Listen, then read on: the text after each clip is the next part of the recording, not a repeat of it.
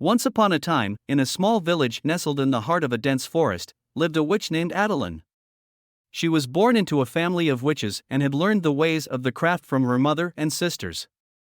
Adalyn had always known that she and her family were different, but they had always lived in peace with the rest of the village until the Slim Witch trials began. The whispers and rumors had started, tales of witches practicing black magic and using their powers to harm innocent people. Soon, those whispers turned into accusations, and the village began to turn on its own. Adalyn and her family knew that they had to lay low to avoid being caught up in the chaos. They stopped using their magic in public and tried to blend in with the rest of the villagers. However, it was only a matter of time before word got out that they were witches.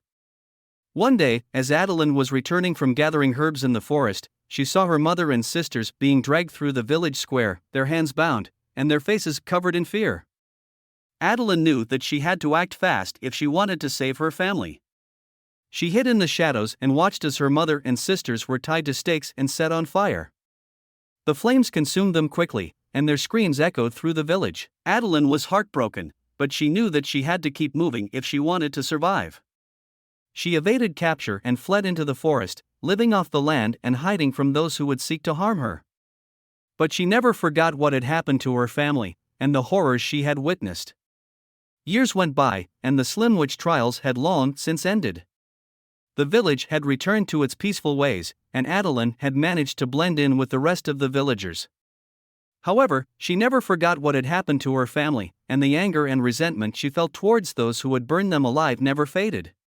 One night, as she was walking home from the market, Adalyn saw a group of villagers gathered around a bonfire, celebrating some local festival.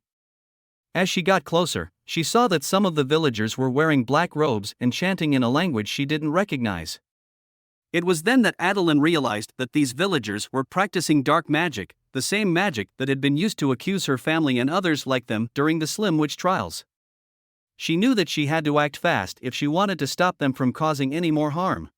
Adalyn crept up to the group and stood in the shadows, watching as they continued their dark ritual.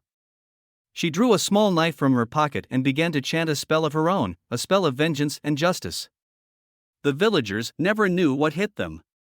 Adalyn's spell caused the ground beneath them to shake and split open, swallowing them up and casting them down into the depths of the earth. When the shaking stopped, there was nothing left but a gaping hole in the ground. Adalyn stood there, her heart pounding in her chest, as she realized what she had just done. She had taken revenge on the villagers who had burned her family alive, but she had also used dark magic to do it. As she walked back to her home, Adalyn realized that she had become what she had always feared, a witch who had turned to dark magic to exact revenge on those who had wronged her. But she also knew that she had done what she had to do, to ensure that no other family had to suffer the same fate as hers. Adalyn never forgot the horrors she had witnessed during the Slim Witch trials, and she continued to practice magic in secret, always.